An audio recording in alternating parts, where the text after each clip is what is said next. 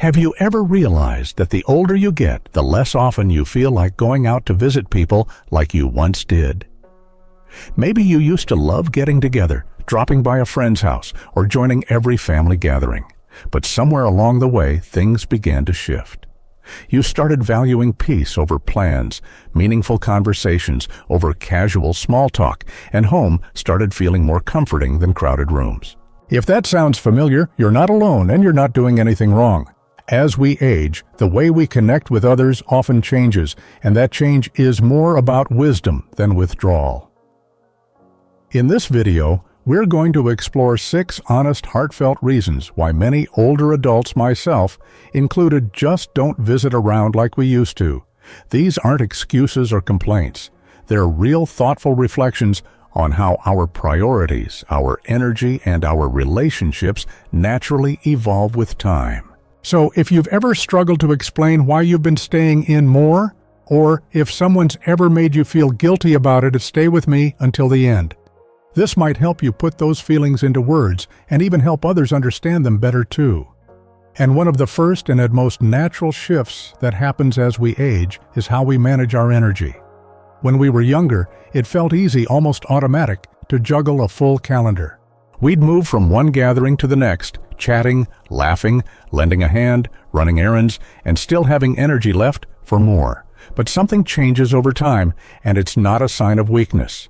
It's wisdom. After 60, our bodies and minds begin to speak more clearly, asking us to slow down and be selective. You may notice that what once felt invigorating, like a busy weekend filled with visits and outings, now leaves you needing a full day of rest to recover. That's not unusual, and it's certainly not something to be ashamed of. In fact, it's a quiet sign that you're learning to protect your most valuable resources: your time, your energy, and your peace of mind. Take someone like Mr. Leonard, a retired mechanic from Ohio, now 71. For most of his life, Leonard was a social engine. He'd show up to every community potluck, help neighbors with their cars, and rarely missed a single church function. People came to rely on his steady presence, and he found joy in being needed. But over the past couple of years, something shifted.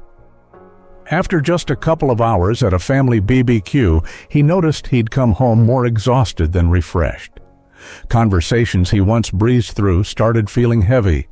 He still loved the people, nothing about his heart had changed, but his energy simply didn't stretch as far as it used to. For a while, he tried to push through. He told himself he just needed a better night's sleep or maybe more vitamins. But eventually, he accepted something deeper. His body was telling him the truth. So Leonard began making thoughtful adjustments. Instead of trying to be everywhere, he started prioritizing the people and events that felt most meaningful. He still showed up, but now he showed up with intention. And, to his surprise, he felt more fulfilled than he had in years. By protecting his energy, he found he had more to offer during the moments that mattered most. This is not just a personal story, it's something backed by science. According to research from the National Institute on Aging, it's completely normal for older adults to experience a decline in stamina and physical endurance. As our bodies age, our cells regenerate more slowly, and we naturally become more sensitive to fatigue. Even enjoyable activities can drain us if they involve long periods of standing, socializing, or adapting to unfamiliar environments. That's why many adults over 60 report needing more recovery time between social events and feeling more mentally tired after engaging in group conversations or loud gatherings. It doesn't mean we're antisocial, it means we're attuned. And while society often praises busyness as a virtue, the truth is there is deep value in being intentional. Protecting your energy isn't about avoiding people or isolating yourself. It's about choosing where your presence will feel most meaningful. It's about recognizing that not every invitation is a requirement, and not every relationship needs constant tending to remain strong. When Leonard began saying no to every weekend event, and yes, to just 1 or 2 things that truly lit him up: a grandchild's piano recital, a quiet breakfast with his brother, he discovered something beautiful. The time he did spend with others felt deeper, more peaceful, and more connected. He wasn't just going through the motions. He was present fully without the silent pressure of overcommitment pulling him in a dozen directions. Even the National Sleep Foundation supports this kind of adjustment. Their studies suggest that older adults often require more rest throughout the day to function at their best, mentally, physically, and emotionally. And rest doesn't always mean sleep. Sometimes it's the mental rest that comes from not forcing ourselves to be on all the time. It's the emotional ease of being around people who don't drain you, who don't demand more than you can give. And it's the spiritual peace of knowing that your worth is not measured by how many places you show up, but by how wholeheartedly you show up when you do. So if you've found yourself declining more invitations lately or needing longer breaks between visits, please know this: you're not alone and you're not doing anything wrong. You're doing something wise. You're choosing to listen to your body and honor your own rhythm. The people who love you won't mind if you visit less often. In fact, they may cherish your time more because it's given freely, not out of guilt or habit, but out of genuine love. And that kind of presence is more powerful than any packed calendar. You see, growing older isn't about doing less. It's about doing what matters more mindfully. So if your days have become quieter, if your weekends aren't as full as they used to be, take heart. You're not fading, you're focusing. You're not stepping back. You're stepping into a life that gives you space to breathe. And in that space, you'll find something precious, a deeper connection to yourself and to the people who truly matter. Alongside protecting our energy, another quiet but powerful reason many older adults visit less often is the desire to protect their peace of mind. As we age, something inside us begins to shift. We start to realize that not every gathering brings joy, and not every relationship deserves a seat at our table. In our younger years, we might have put up with uncomfortable dynamics just to keep the peace.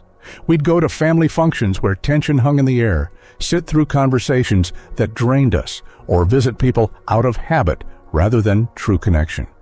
But after 60, peace becomes priceless. We no longer feel the need to force ourselves into spaces where we don't feel emotionally safe, seen, or respected, and that's not selfishness, that's wisdom. Consider someone like Patricia, a 73-year-old retired nurse. For decades, she was the glue that held her extended family together. Holidays at her house, birthday parties, planned by her hand visits, scheduled around everyone else's needs. She believed that keeping the family close meant showing up no matter how she felt. But one relationship in particular weighed heavily on her older sister, Caroline. On the surface, they looked close. They saw each other regularly, talked often, and exchanged gifts at every milestone. But underneath, Patricia felt exhausted after every visit. Caroline had a habit of making subtle digs, comments about Patricia's weight, her children's choices, even how she decorated her home. The criticisms were never direct, but they cut deep in the quiet ways only family can. Patricia would drive home from those visits feeling small, second-guessing herself and wondering why she kept showing up for someone who made her feel less than enough. For a long time, she told herself it was just part of being family, that it was her duty. But as the years went on, those visits began to take a toll. Her sleep suffered, her mood dipped. She lost the excitement she once had for family gatherings. It wasn't until a particularly cold Thanksgiving when Caroline made a passing remark about Patricia being too sensitive as always that something in her finally clicked. She didn't storm out. She didn't cause a scene. She just quietly decided, I don't need this anymore.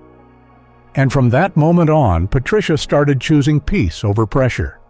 Instead of cutting her sister off completely, she shifted the relationship. She stopped visiting out of obligation. She declined some invitations. When she did call, she kept it brief and polite, but she no longer volunteered herself emotionally. That space allowed her to rediscover joy in the relationships that truly nurtured her, the friend who always made her laugh, the neighbor who checked in with no judgment, the cousin who listened without fixing. And slowly, Patricia found her peace again. There's a common myth that growing older means we become more isolated or that withdrawing from certain people is a sign of bitterness. But more often, it's not withdrawal, it's discernment. It's choosing to invest in relationships that make us feel uplifted, respected, and calm. According to mental health researchers, older adults who consciously avoid toxic social interactions tend to report higher life satisfaction and better emotional regulation. We're not meant to carry every relationship forever. Some are seasonal. Some served a purpose in the past but no longer fit who we are now. And that's okay. When we protect our peace, we stop pouring our time and energy into situations that drain us. We stop trying to please people who never seem pleased. And we start recognizing the quiet joy of being around those who accept us without conditions. This doesn't mean avoiding every challenge or cutting ties at the first disagreement. It means being honest with ourselves about how certain people affect our spirit and making choices accordingly. For people like Patricia, saying no became a sacred act, not a punishment, but a protection. She realized that guilt is not a compass for love, that peace is not a luxury, it's a need, and that preserving it isn't cold or unkind. In fact, it's one of the most loving things we can do for ourselves and for the people who value us most. Because when we feel safe, we show up better. When we feel respected, we give more freely. And when we feel calm inside, the people around us feel it too.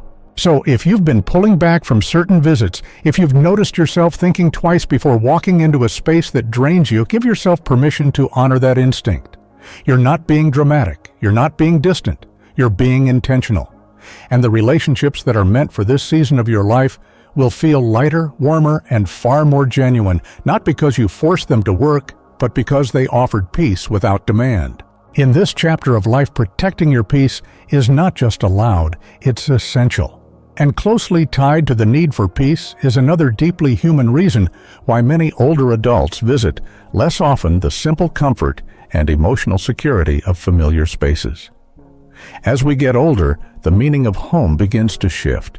It's no longer just the place where we live, it becomes a sanctuary, a space that knows us as well as we know it.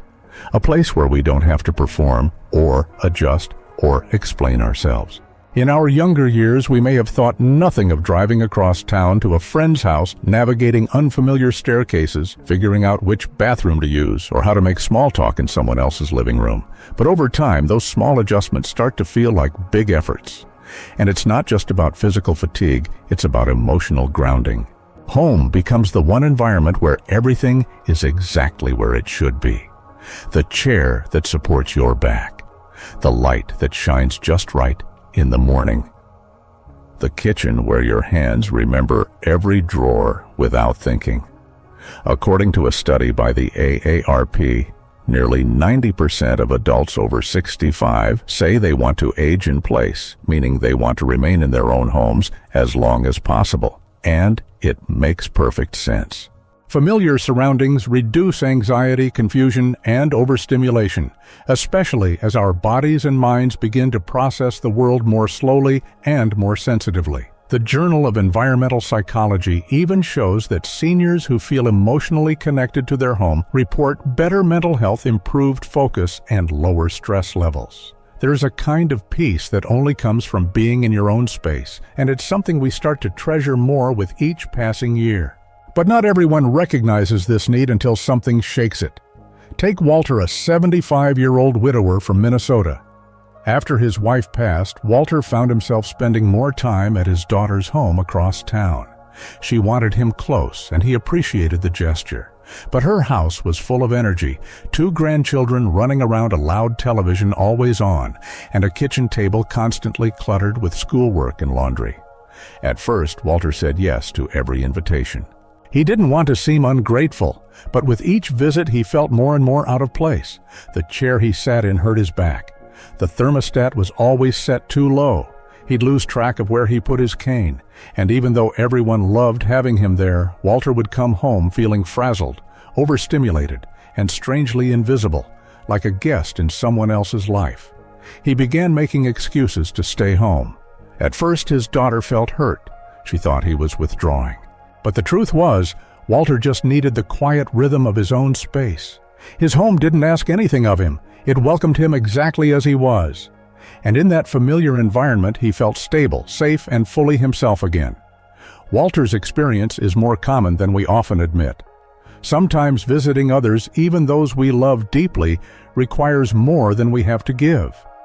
There's the physical toll, navigating steps, different lighting, new layouts, and unfamiliar seating. The National Institute on Aging notes that more than 1/3 of adults over 65 fall each year, often due to unfamiliar terrain or poor lighting in homes not designed for senior needs. But beyond that, there's the emotional toll, the pressure to be on, to engage, to adapt to a space that doesn't quite fit. And while we may not want to disappoint others, the truth is, choosing to stay home isn't about rejection. It's about preservation. The irony is that when we're in our own space, we often have more to offer. We're calmer, more grounded, and more present. We're not distracted by discomfort or overstimulation. We're able to enjoy a phone call more deeply or write a heartfelt letter with real focus. Sometimes our presence is strongest when we're not physically present because we're resting, recharging, and being honest with our needs. That doesn't mean we never visit. It just means we give ourselves permission to choose when and how. Maybe we host instead of travel. Maybe we suggest a shorter visit or a quieter meeting spot. The key is knowing that it's okay to honor what makes us feel most at ease. Because when we do, our relationships aren't weakened, they're enriched. We show up more fully, more joyfully, and more authentically. So, if you've found yourself turning down visits or hesitating to leave your home as often as you once did, that's not a flaw. That's a sign you're listening to your inner wisdom. The world outside may be busy, loud, or full of love that still overwhelms, but home, that's where your peace lives. And choosing that peace is not a retreat. It's a return to yourself. And building on that deep appreciation for the comfort of home, many older adults also begin to realize something quietly liberating. The understanding that not every relationship needs constant upkeep to remain meaningful. As we age, the way we view connection evolves. We no longer feel the pressure to call every week, visit every month, or send cards for every occasion just to prove we care. Instead, we start measuring friendship by something deeper, how we feel when we do connect, not how often it happens. In our younger years, we might have worried that time and distance would erode our bonds. We believed that to keep a relationship alive, we had to be present, consistent, and available. But somewhere along the journey, we discover a different truth. Real connection doesn't fade with time, it deepens with trust. Let me tell you about Martin, a 70-year-old former pastor who had always been known as the one who never forgets. He kept a detailed birthday calendar, called every friend at least once a week, and never missed a hospital visit or a retirement party. For years, people praised him for how well he kept in touch, and he took pride in it. But as time went on, it became more of a burden than a blessing. The weekly check-ins turned into obligations. The birthday reminders became exhausting. And the truth was, many of the people he reached out to rarely returned the effort. He'd leave voicemails that went unanswered, send texts that got one-word replies, and make visits where he felt more like a guest than a friend.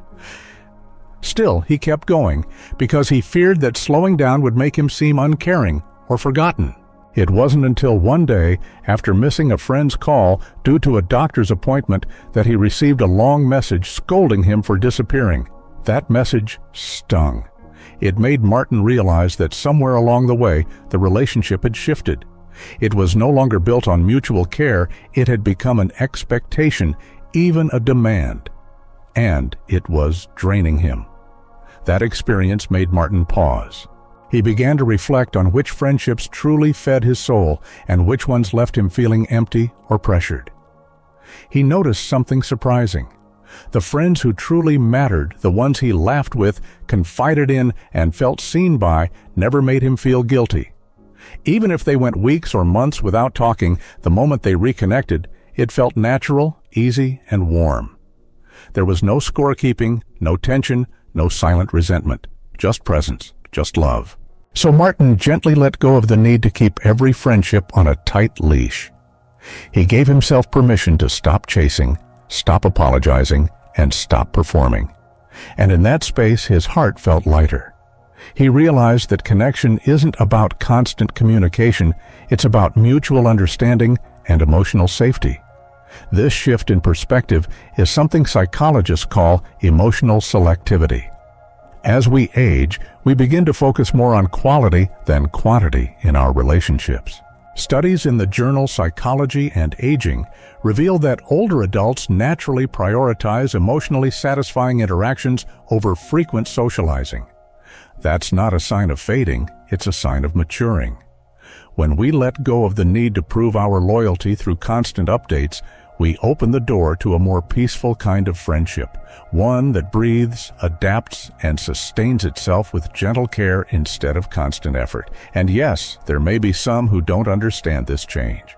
People like Martin's friend may interpret distance as neglect or silence as rejection. But those reactions say more about their expectations than about your intentions. As Martin learned, true friends give grace. They understand that life shifts, that bodies slow down, and that love doesn't always show up in the form of a visit or a phone call. Sometimes it's in a memory, a prayer, or a quiet thought that lingers in the heart, even when voices go unheard. So, if you've stopped reaching out as often, if you've felt guilty for letting certain connections fade, remind yourself that letting go isn't the same as giving up.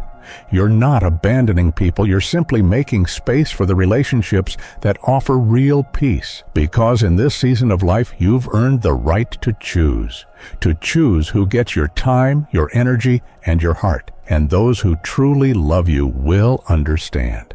They won't measure your care by the number of visits, they'll feel it in the depth of your presence, however and whenever it shows up. You see, friendship after 60 isn't about maintenance, it's about meaning. And when you allow your relationships to grow at a pace that honors your needs, you give them the chance to become something even stronger, rooted not in obligation, but in trust, ease, and grace.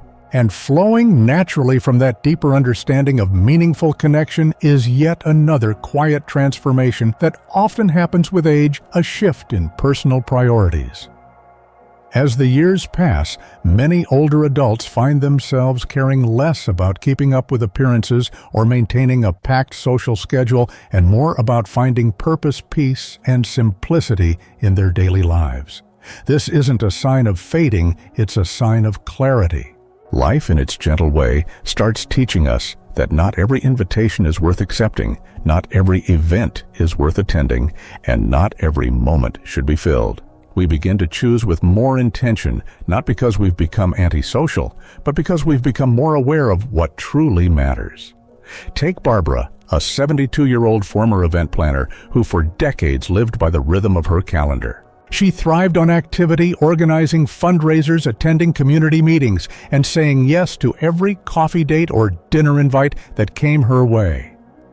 Her days were full. Her weeks were scheduled down to the hour, and for a long time, that structure gave her a sense of importance and connection. But after retirement, something changed. Without the demands of her career, Barbara expected to enjoy her social life even more. But instead, she began to feel strangely exhausted, not just physically, but emotionally. Every event started to feel like an obligation. Conversations that once energized her now felt shallow, and the constant rush from one place to the next left her feeling scattered, not satisfied. Still, she pushed through. After all, what would people think if she suddenly stopped showing up? Would they assume something was wrong? Would she be forgotten? It wasn't until a friend casually asked, "Are you actually enjoying all of this?" that Barbara paused. The truth was, she wasn't. She missed quiet mornings with her journal. She missed walks without a time limit. She missed feeling centered. Slowly, she began to make changes. She started declining invitations without guilt, saying yes only to the things that truly resonated with her. She spent more time reading, gardening, and simply being. She realized she didn't need a busy calendar to feel fulfilled. What she needed was space to breathe, reflect, and savor the present moment.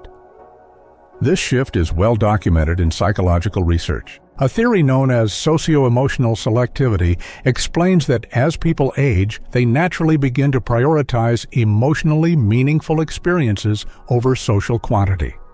In other words, we begin to focus less on how many people we see or how many events we attend, and more on how those moments make us feel. And this isn't just an emotional trend, it's a wise adaptation. According to data from the Pew Research Center, over 60% of adults aged 65 and older report a preference for quiet time at home over social gatherings, especially those that feel routine or unfulfilling. It's not that they're withdrawing, it's that they're refining. They're choosing joy over obligation, peace over pressure, depth over distraction. But this refinement can sometimes come with friction. Friends may not understand. Family members might take it personally. Barbara experienced this firsthand when she stopped attending her weekly neighborhood luncheon. A few of the women in the group began making subtle remarks about her absence, suggesting she was pulling away or not the same anymore. At first, their comments hurt. But Barbara reminded herself that the goal of aging gracefully wasn't to please everyone, it was to live truthfully. And in time, the pressure faded. The people who truly valued her presence respected her boundaries, and those who didn't, well, she realized she didn't miss the noise. So if you've felt a tug in your spirit lately, a quiet longing for slower mornings, fewer commitments, and more meaningful time, listen to it. That's not laziness. That's not antisocial behavior. That's your inner wisdom guiding you toward a life that feels more like your own. Because at this stage, you've earned the right to live deliberately, to say no without guilt, to spend your hours in ways that restore rather than deplete you, and to find fulfillment not in how much you do, but in how deeply you feel. Choosing a simpler, more focused life doesn't mean closing doors. It means walking through the ones that lead to peace. It means trusting that the people who truly matter will walk alongside you even if your path looks different now. And it means believing that in slowing down, you're not falling behind. You're finally catching up to what your soul has needed all along. And as that shift in personal priorities takes root, something else becomes beautifully clear. The realization that true friendship doesn't depend on how often you're physically present, but on the strength of the connection that remains even when you're apart. This understanding tends to blossom with age when we've lived long enough to see which relationships hold steady and which ones only survive through constant effort. It's the quiet confidence that tells you I don't have to show up to everything to still matter. I don't have to prove my loyalty with visits or check-ins. The people who truly know my heart will feel it even in my absence. For many older adults, this comes as a deep relief. It frees you from the unspoken pressure to always be available and allows you to nurture your relationships in ways that fit your life now, ways that are more intentional, more restful, and more real. But for some, reaching this place of peace comes only after painful experiences. Let me tell you about James, a 74-year-old former firefighter who had always prided himself on being dependable. He was the guy who would drive across town to help a friend move, attend every birthday party he was invited to, and show up at every hospital bedside without being asked.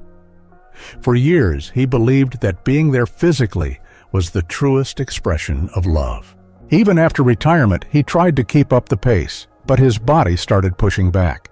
He developed chronic knee pain and fatigue that made long drives and long visits harder than they used to be.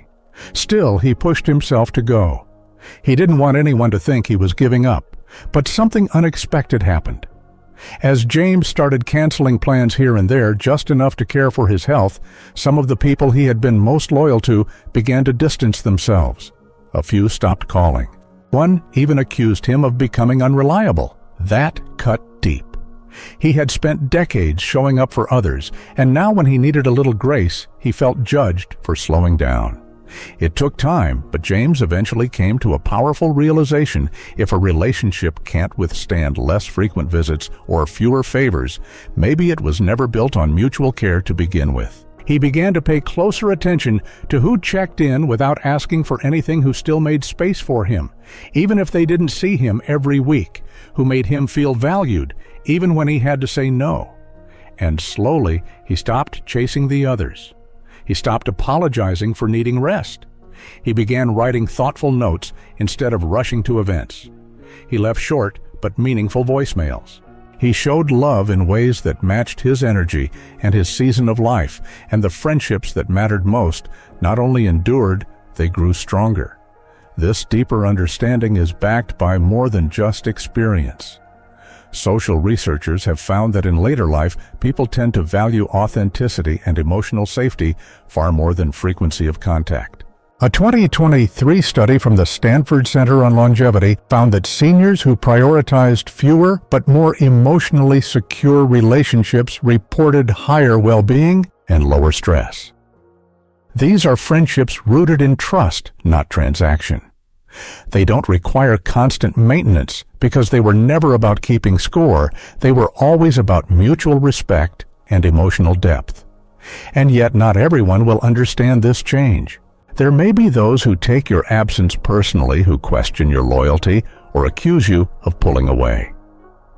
But aging invites us to ask a different question.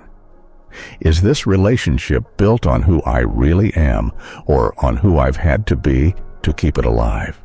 You don't need to carry the burden of proving yourself to people who never truly saw your heart, because those who love you well won't demand your presence.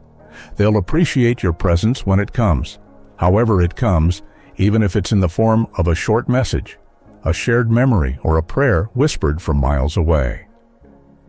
So if your calendar looks emptier than it used to, if you find yourself saying no more often, if you've stopped visiting people out of sheer obligation, that's not a sign that you're disappearing. It's a sign that your relationships are evolving, that you're choosing quality over quantity, connection over convenience, truth over tradition. And there's great strength in that. You're not fading. You're becoming more focused. You're not losing people. You're uncovering who's truly meant to stay. In this season of life, you deserve friendships that give as much as they take, that uplift you instead of drain you, and that understand that love isn't measured in miles or minutes. It's measured in the quiet, steady beat of loyalty that doesn't need to be loud to be real. And with all of that in mind, perhaps the most important truth to take away is this: choosing to visit. Less doesn't mean you care less. It means you've grown wiser about how you spend your time, your energy, and your peace of mind. Life has a way of gently teaching us what truly matters, and when we finally start listening, we begin to live more intentionally. Maybe for you, that means fewer noisy gatherings and more quiet afternoons filled with things that nourish your spirit. Maybe it means letting go of expectations that no longer fit and embracing a new rhythm, one that allows you to be fully present when it counts, instead of constantly pulled in every direction. Whatever it looks like, trust that this change is not a loss. It's a powerful kind of growth. The people who truly love you will understand. They won't measure your worth by how often you show up, but by the heart you bring when you do. So if you've ever felt guilty for skipping a visit, turning down an invitation, or simply craving more time to yourself, I hope this message gives you the peace and the permission you need. Because you're not stepping away from life. You're stepping into it more thoughtfully. You're living from a place of wisdom, not obligation, and that is something to be proud of. If this message spoke to your heart today, let us know in the comments below. We'd love to hear which part resonated with you most. Don't forget to like this video, share it with someone who might need this encouragement, and subscribe so you never miss another message just like this. Thank you so much for spending this time with us. Take care of yourself, keep choosing what feels right for your life, and we'll see you in the next video.